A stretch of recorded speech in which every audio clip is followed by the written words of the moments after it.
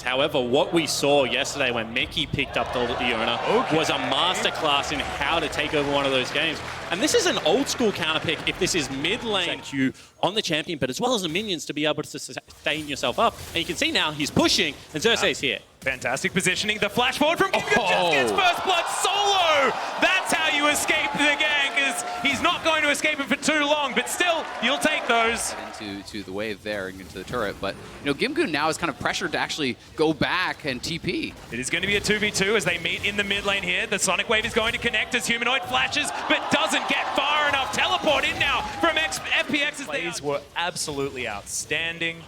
Really exciting to see, and this is exciting as well as Humanoid down towards the bottom side. The man in question is forced underneath this turret. The baby cage is beautiful. The double play back, and they're executed as Splyce, a gorgeous turret dive. They're not even done yet now as Crisp underneath here, and he's just getting baited around all too easily. Disappointing first game.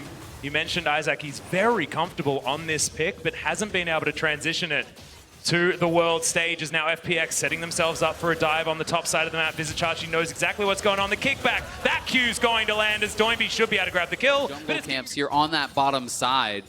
So they've got so many plates, guys. All the plates going to be taken on the bottom side as Splyce do manage to take that first turret, and Humanoid's been getting a hell of a lot of work done in that mid lane. Only 2 plates.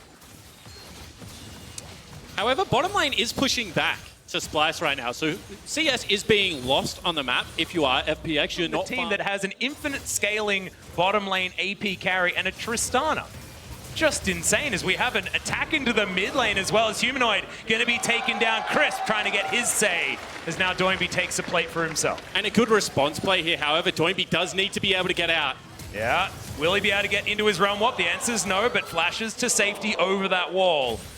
Going to expend the summoner spell to keep himself alive, and FPX are going to be able to take down this outer turret bot side of the map as well. However, fairly nicely navigated there from Doinby. You would take that. It is going to be a flat. Without teleport, you're often in pro play just forced to stick with your team. However, he is going to be able to generate a lot of kill threat for himself, and I think that's how he has to play the game. Into the enemy team there definitely would have fallen down, I feel. You can see they really want this turret. Well, there's the Solar Flare. Does get the stun there onto Xerxes, but once again, another Event Horizon's going to be working out as Tien's going to take that one. The box now comes in. The zone controls there as LWX once again presses the R button quite early, but this time it's going to work out. The shutdown, but the Event Horizon's there. The barrel is stunning. Successfully disengaged. I mean, even the slow, look at LWX trying to disengage away from that while slowed up by the Glacial Augment. He can barely move.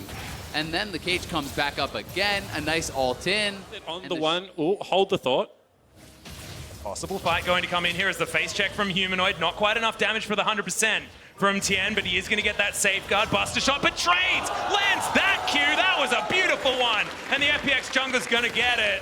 Doinby also picks up an assist, but that was all Tien as we do get the root, but the rest of Splyce are going to come in. Doinby trying to be that one-man army. The box is down, the Event Horizon in, the space trying to be controlled, but Doinby doesn't care. Now Tien finds Vizichachi as Crisp is going to get on top as well. Doinby's distracted, looking for the pirate. Well, Splyce are going to move on to this Mountain Drake as well, flexing like you say. Their advantage as Tien's going to land a Q, but he's going to get hit by the hook. Just destroyed where he stands. The rest of Splyce able to get out of there, but do they even want to as they're winning this fight? Solar Flare is decent, but Humanoid says goodbye, Leona!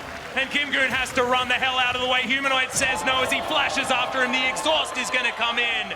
And now the Crocodile gets into Fog of War, but he's not going to save himself from the Death Chamber. Xerxes. Superior range of Tristana, just unstoppable in these fights. Yeah, it was what looked like a clever pressure, so I'm interested to see how Splyce respond to that. Right now, it looks like a push down mid lane. Yep, and now Kobe with the actually be able to find that sort of an engage. I'm really getting confused about which box you're talking about as well as FPX trying to get in there, out of one box into the other as now the engage has started. Crisp with a beautiful Zenith play, finds the Solar Flare as well out of nowhere as Doinby's damage finally coming to the fore. Splyce might just be going for the Baron here. This is a pretty big commitment. Warp, FPX going to get to the best position possible. Crisp is spotted by that. Spooky Ghosts, yeah, are going to come in. The Glacial Augment, and immediately Splyce going to dive on it. Everyone avoids the Solar Flare, and the cage is just too much for the support on FPX's side. And once again, really well set up. We keep mentioning it, but Kobe's utility in this game is so high, and that means that the Baron Force now is available. Teleport will have to be burned here. Yeah. 50% health bar now onto this Baron. You can see that Splyce do want to turn if they find anyone. They don't want to go over for the the wall. 50-50, but it looks like they might just have to, as Gimgoon already prepped the ultimate. Looking to try and get in there. We've seen this before. There was Tien early into this pick. Oh! Somehow the burst didn't work out, and now the dive bomb comes in. The shotgun into the backline, and there goes LWX. The fadeaway on the Void Seeker as well as Kobe. Hit by the Sonic Wave and destroyed. Ace for FPX. Chinese first seed finds the team fight, finds the Baron, and they'll run it up the mid lane. And LWX rights all the wrongs of day number 1, is able to come in, pick up the triple kill, and they will push their way into the base. The wheels fall off for Splyce in the 4v5. They get ace, they lose the Baron. I thought you were going to say lose the FPX. base. That would have been the rhyme there, Isaac. You were so close as Doimby cleans up It's the going to get bigger. This is one of the biggest ones I've ever seen. And whilst they're not He's going to have the QSS to remove that. And while you can put out incredible damage on the Vigar, you can also die almost instantaneously to either of these carries. As Doimby just throws out the Realm Warp, just faking, heading towards... Yet, at this point of the game, and Tien now looking for a flank here. That Realm Warp, it's going to be straight into the baby cage, but Humanoid all by himself and destroyed. Doimby picks up that kill comfortably as Tien not going to be afflicted by the Lee Syndrome, just leaves the Sonic Wave there. They'll take their pick on the Tristana, and now Splyce. 4 versus 5. They get the hook onto Tien. Is the combo going to be enough? He has a GA and doesn't even need it as Xerxes has to go into his Zonya's Crisp right into the middle of the fight, but LWX is free hitting, able to get the damage down. Double kill already. Doimby only missing a bit of his health bar, and Gimgoon is a one-man wrecking crew. FPX dominate the fight. The hook lands, but that is not one you wanted to follow. And that is a huge fight for them. You can see LWX immediately running mid lane to try to push up this minion wave. We'll see how much they want to go for. At minimum, they take mid inhib and can go back to the Baron. At maximum, they can try to continue the push here as Kabe